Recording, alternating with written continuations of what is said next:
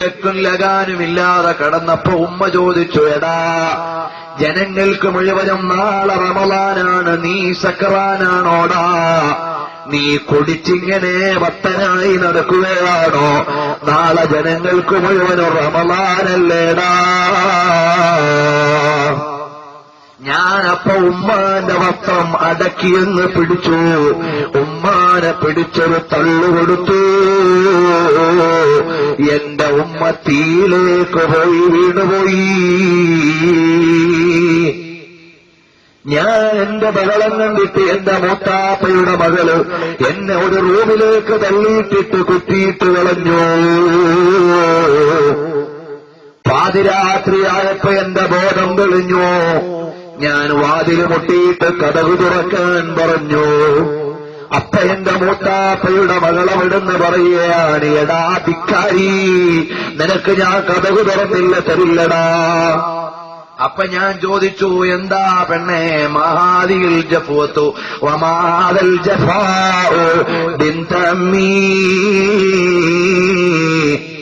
എന്താ പെണ്ണേ നീ ഇത്ര വലിയ പിണക്കവും ദേഷ്യമൊക്കെ കാണിക്കുന്നത്?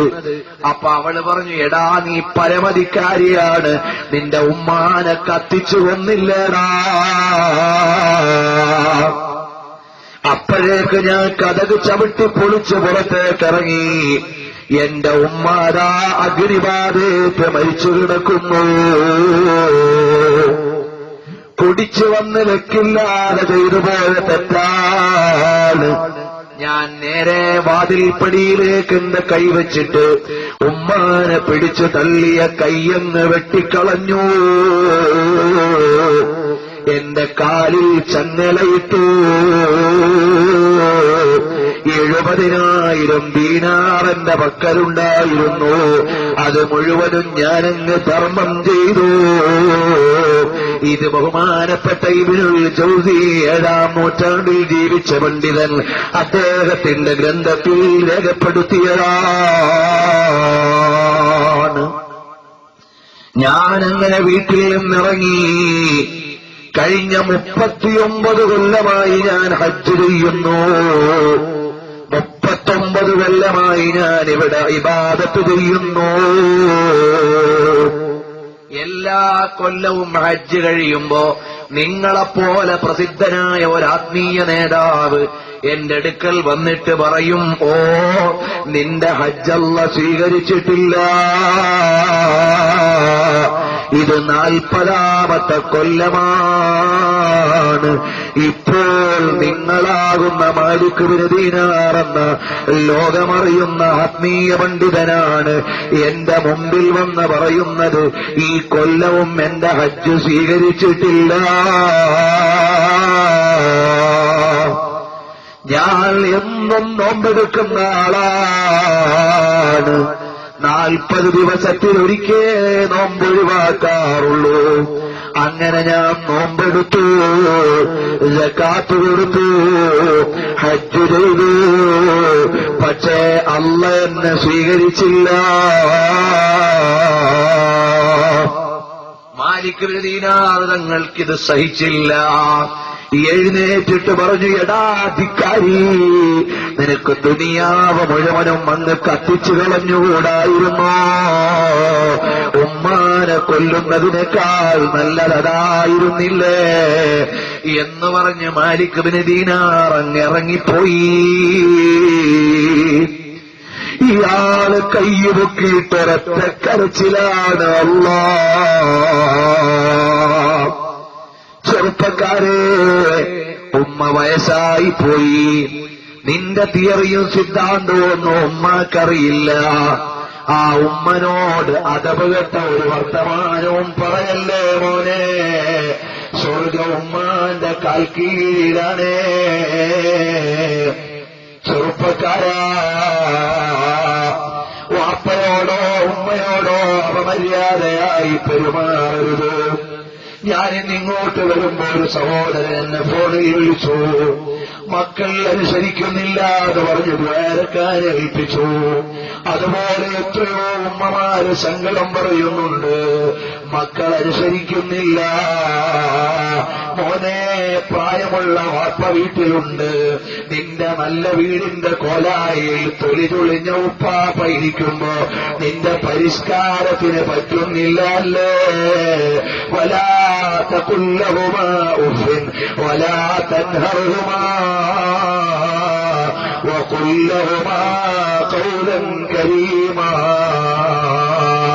സുന്ദരിയായ നിന്റെ ഭാര്യയുടെ തലയണ മന്ത്രം കേട്ട് പ്രായമുള്ള ഉമ്മാനെ ഒഴിവാക്കിയിട്ട് സ്വന്തം ജീവിക്കാൻ പോയ ചെറുപ്പക്കാരാ, വാപ്പാക്ക് ഖിദ്മത്ത് ചെയ്യാൻ നേരമില്ലാത്ത ചെറുപ്പക്കാരാ, ഭാര്യയുടെ സന്തോഷത്തിന് വേണ്ടി ഉമ്മാനെ കൂട്ടത്തിൽ നിന്ന് മാറ്റി നിർത്തിയ സഹോദരാ, നിന്റെ സ്വർഗമാ തൊലി ചുളിഞ്ഞ് പ്രായമുള്ള ചവച്ചു മുറുക്കാൻ ഒലിപ്പിക്കുന്ന ഉമ്മാന്റെ കാൽ കീഴിലാണ്. ഭൗതിക വിദ്യാഭ്യാസമൊന്നുമില്ലാത്ത പ്രായമുള്ള തള്ളയുടെ കാൽ കീഴിലാണ്. നീ നിന്റെ യുവത്വത്തിന്റെ തിളപ്പിലോ യൗവനത്തിന്റെ പ്രസരിപ്പിലോ വിദ്യാഭ്യാസത്തിന്റെ നെകളിപ്പിലോ പണത്തിന്റെ പളപളപ്പിലോ ഉപ്പ ഉമ്മമാരെ അവഗണിക്കണ്ട. അവരെ പൊന്നുപോലെ വളർത്തിയിട്ട് അവർക്ക് പരിചരണം കൊടുത്തു. നിന്റെ സ്വർഗം അവരുടെ കയ്യിലാണ്.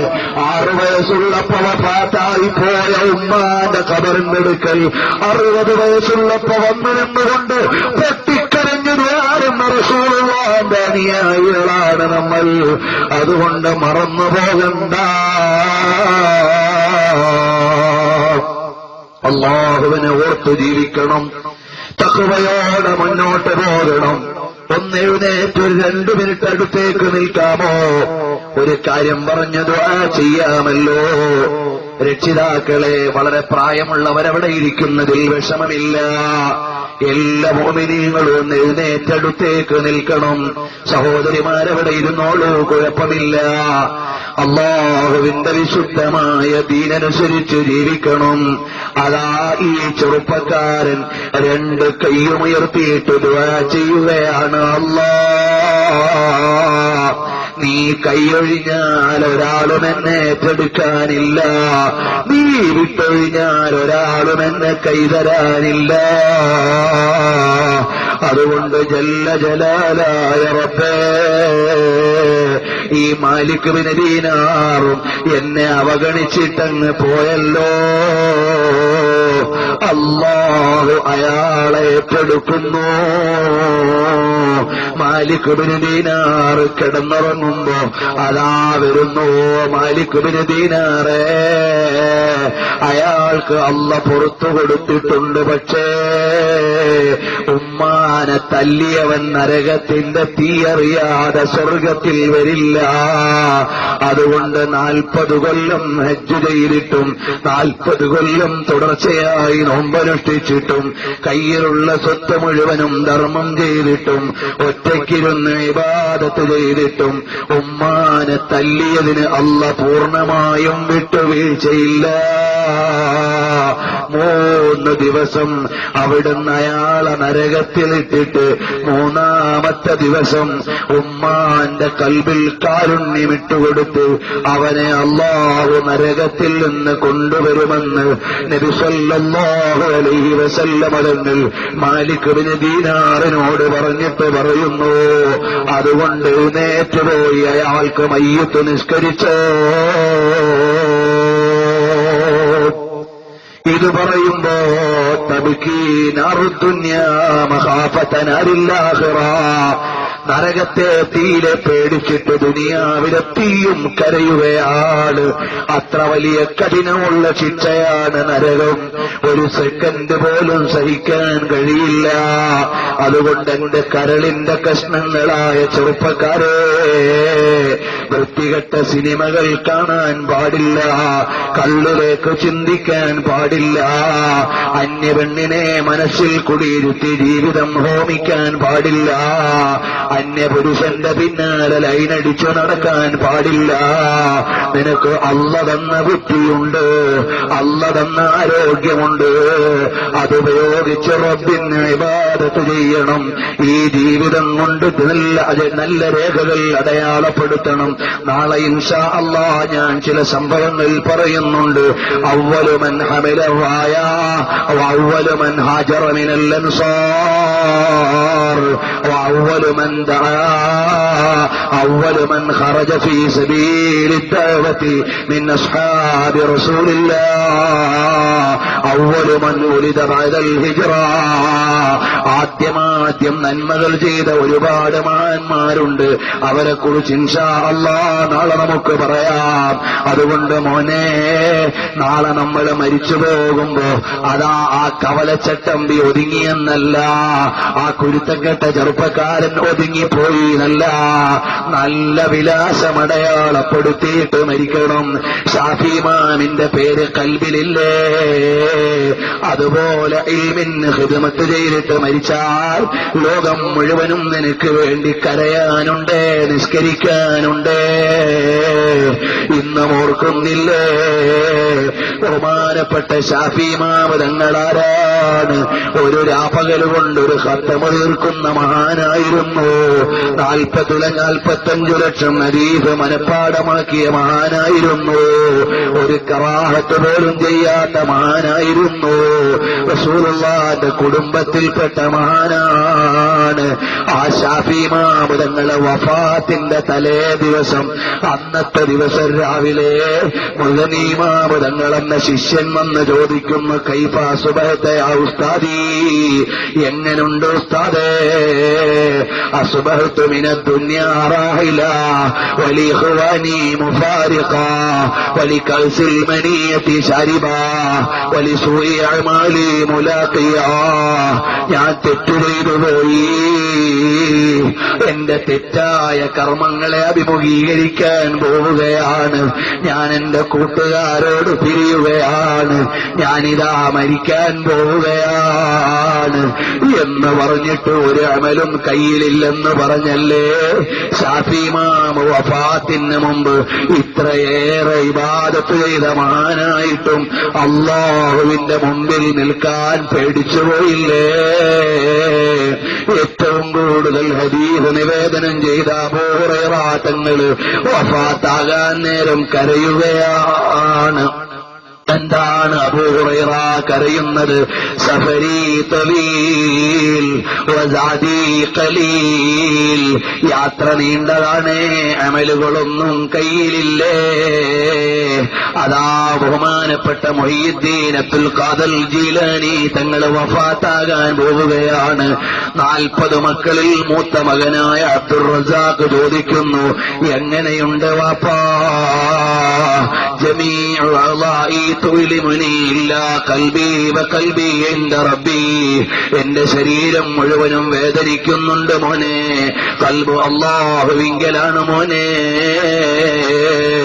അങ്ങനെ ബഹുമാനപ്പെട്ടവരെല്ലാം, അല്ലാഹുവിനെ ഇബാദത്ത് ചെയ്തവരെല്ലാം പേടിച്ചവരാണ്. നമ്മുടെ കയ്യിൽ ഇബാദത്തില്ല, നമ്മുടെ കയ്യിൽ യാതൊന്നുമില്ല. അതുകൊണ്ട് അല്ലാഹുവിനെ കൂടുതൽ ഭയന്ന് വരുന്ന റമദാൻ മാസം ഖുർആൻ പാരായണം ചെയ്ത്, സ്വലാത്ത് ചൊല്ലി, തറാവീഹ് നിസ്കരിച്ച്, ഫർദ് നിസ്കാരം കൃത്യമായി പാലിച്ച് അല്ലാഹുവിനോട് തൗബ ചെയ്തോ മോനെ. നമുക്കൊന്ന് അടിച്ചു പൊളിക്കണം മോനെ, അത് സ്വർഗത്തിലാകണം. കുടിക്കണം മോനെ, അത് സ്വർഗത്തിലെ കള്ളാകണം. ആസ്വദിക്കണം മോനെ, അത് ഹൂറുല്ലീങ്ങളാകണം. ഒന്നാർത്തുല്ലസിക്കണം മോനെ, അത് റസൂലുള്ള നേതൃത്വം നൽകുന്ന സ്വർഗമാകണം. ഈ ദുനിയാവ് ചത്ത ദുനിയാവാണ് മോനെ. ഇവിടുത്തെ യൗവനം നാളെ നശിക്കും മോനെ. ഇവിടുത്തെ കൊട്ടാരം നാളെ തകരും മോനെ. ഇവിടുത്തെ എല്ലാ പളപളപ്പും തിളതിളക്കവും നാളെ തകർന്ന് തരിപ്പണമാകും. നിത്യ യൗവനത്തിന്റെ സ്വർഗത്തിൽ ഒരു സീറ്റ് വേണ്ടേ? അല്ലാഹു സ്വാലിഹീങ്ങളിൽ പെടുത്തി തരട്ടെ, തഖ്വയുള്ള ജീവിതം തരട്ടെ. അല്ലാഹുവിനെ ഓർത്ത് പടയ്ക്കുന്ന കൽബും ഒലിക്കുന്ന കണ്ണും ഉറക്കൊഴിക്കുന്ന രാത്രിയും ജല്ല ജലാലായ റബ്ബേ ഞങ്ങൾക്ക് നൽകണേ അല്ലാഹ്.